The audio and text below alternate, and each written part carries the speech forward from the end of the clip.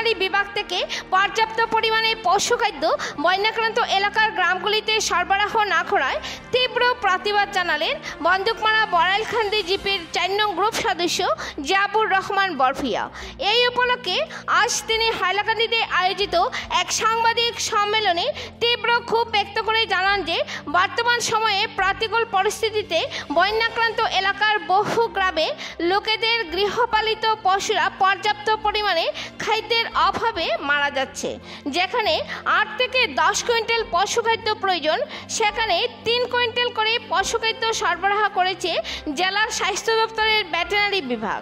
তিনি তীব্র ক্ষোভের সঙ্গে জানান যে পর্যাপ্ত পরিমাণে পশুখাদ্য সরবরাহ না করার জন্য তার বন্দুকমারা বড়াইলখান্দি জিপির এলাকার গ্রামগুলিতে প্রয়োজনীয় খাদ্যের অভাবে পশুদের মারা যাওয়ার আশঙ্কা রয়েছে, সেটা তিনি কোনো অবস্থায় মেনে নিতে পারছেন না।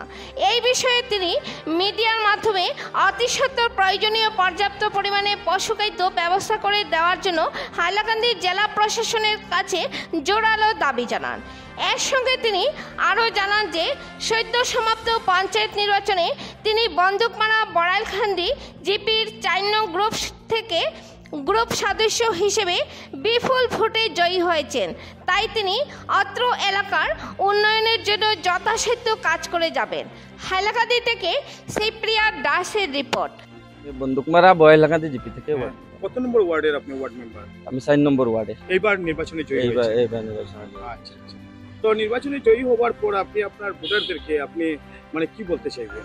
অ্যাকচুয়ালি দেখুন, আমি সংগঠন করা মানুষ, সামাজিক কাজকর্ম করছি, হঠাৎ করে রাজনৈতিক দিকে অগ্রসর হওয়া মানে কোনো একটা কারণ আছে। যখন রাজনৈতিক নেতা যারা আসন তারা কিছু ব্যর্থতার কারণে বিভিন্ন সাধারণ মানুষের দুঃখ ফেলায়, যার কারণে আজকে দেখলাম আমি চিন্তা করি আমার মতো মানুষের দরকার আছে।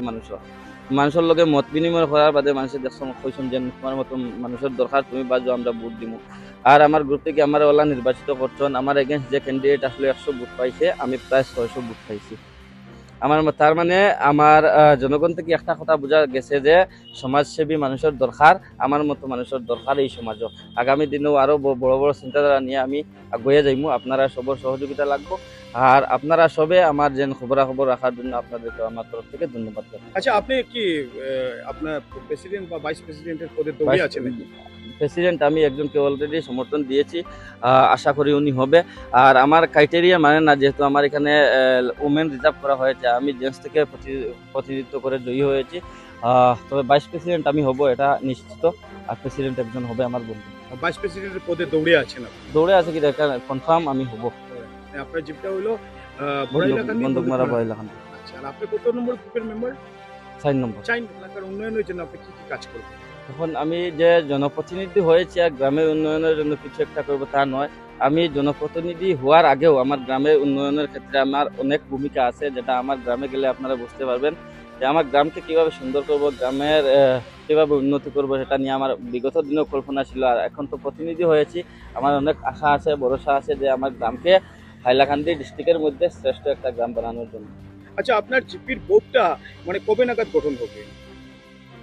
এটা সরকারের একটা এসওপি আছে, 11 তারিখ থেকে সম্ভবত 21 তারিখের ভিতরে বডিটা বনতে হবে। নির্দিষ্ট সময়ের ভিতরে মানে জুনের 11 সামনের 11 তারিখ থেকে 21 তারিখের ভিতরে হবে সম্ভবত, এর ভিতরেই হয়ে যাবে। আপনার বোর্ড মানে আপনারা জানেন পুরা আসাম ভ্যালি একটা বন্যা হয়েছে, ফ্লাড হয়েছে। আর এই ফ্লাডে মানুষের আর্থিক অবস্থা খারাপ হয়েছে, পশু খাদ্য সব নষ্ট হয়েছে, আপনারা বিভিন্ন মানুষের গড় ড্যামেজ হয়েছে। আপনারা নিজেরা জানেন, আমার হাইলাকান্দি জেলা প্রশাসন থেকে শুরু করে গভর্নমেন্টে পর্যন্ত জানে। কিন্তু কথাটা হয়েছে বর্তমানে আপনারা যখন 6 দিন 7 দিন ব্যাপী যেটা বন্যা, এই বন্যার কবলে পড়িয়া বিভিন্ন জায়গাত পশু মরছন, গবাদি পশুগুলা পশু খাদ্যর অভাবে মরছন। আজকের দিন পর্যন্ত বিভিন্ন ভিলেজ আছে, বিভিন্ন জায়গা আছে, বিভিন্ন অঞ্চল আছে যে এখনো পর্যন্ত কোনো পশু খাদ্য পৌঁছেনি। কথাটা হয়েছে আমি যেটা ভিলেজ থেকে বিলং করি, মানে বসবাস করি, আর পূর্বগুল, এই পূর্বগুলে এখনো পর্যন্ত কোনো বসি যায়নি, পশু খাদ্য যায়নি। না যাওয়ার কারণে আজকে আমি ভেটেরিনারি অফিসে আসলাম। আসার পরে দেখলাম 3 কুইন্টাল বসি একটা ভিলেজও স্যাংশন দেওয়া হয়েছে। আমার কথা হয়েছে 3 কুইন্টাল বসি যদি একটা ভিলেজে দেওয়া হয়, একটা ভিলেজও মিনিমাম 1000 থেকে 1200 পশু থাকে, একদম গরু থেকে লইয়া ছাগল থেকে লইয়া। এই যে 100 গ্রাম 200 গ্রাম করিয়া এক একটা পশুর বা এক একটা ফ্যামিলির আন্ডারে পড়বো বুসি। এই বুসিগুলি দিয়া একটা দিন মানে পশু পেট ভরে খাইতে পারতো না, যেটা আমার অনুভব হয়েছে। আমি আপনারা মাধ্যমে একটা কথা জানাইতাম চাই যে হাইলাকান্দি জেলা প্রশাসনে এক একটা ভিলেজ ওয়াইজ 3 কুইন্টাল বুসি কিভাবে দিচ্ছে আমি বুঝতেই পারছি না। এবং আমার হাইলাকান্দি জেলার ভেটেনারি অফিসার যে আছেন ওনার আমি মনে করবো পশুর ব্যাপারে হোক ভেটেনারি ব্যাপারে হোক ন্যূনতম জ্ঞান নাই, না থাকার কারণে এক একটি ভিলেজে 3 কুইন্টাল করে বুসি স্যাংশন দিয়েছেন।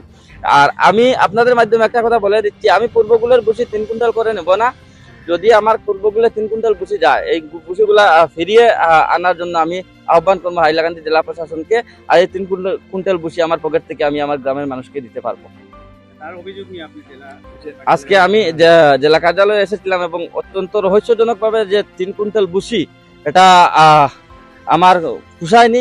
3 কুইন্টাল বুসি দিয়ে আমার গ্রামের মানুষকে বা গ্রামের পশুকে কখনো পুষাতে পারবো না, যার কারণে আমি নিন্দা এবং ধিক্কার জানাচ্ছি। এবং আমি পর্যাপ্ত পরিমাণে নাই এবং আমি দাবি জানাচ্ছি যে যদি সম্ভব হয় 8 কুইন্টাল 10 কুইন্টাল করে ভিলেজ ওয়াইজ দেওয়া হোক, তাহলে পশুগুলা একদিনের হলেও পশু পেট ভরে খেতে পারবো, একদিনের হলেও দিনটা যাপন করতে পারবো।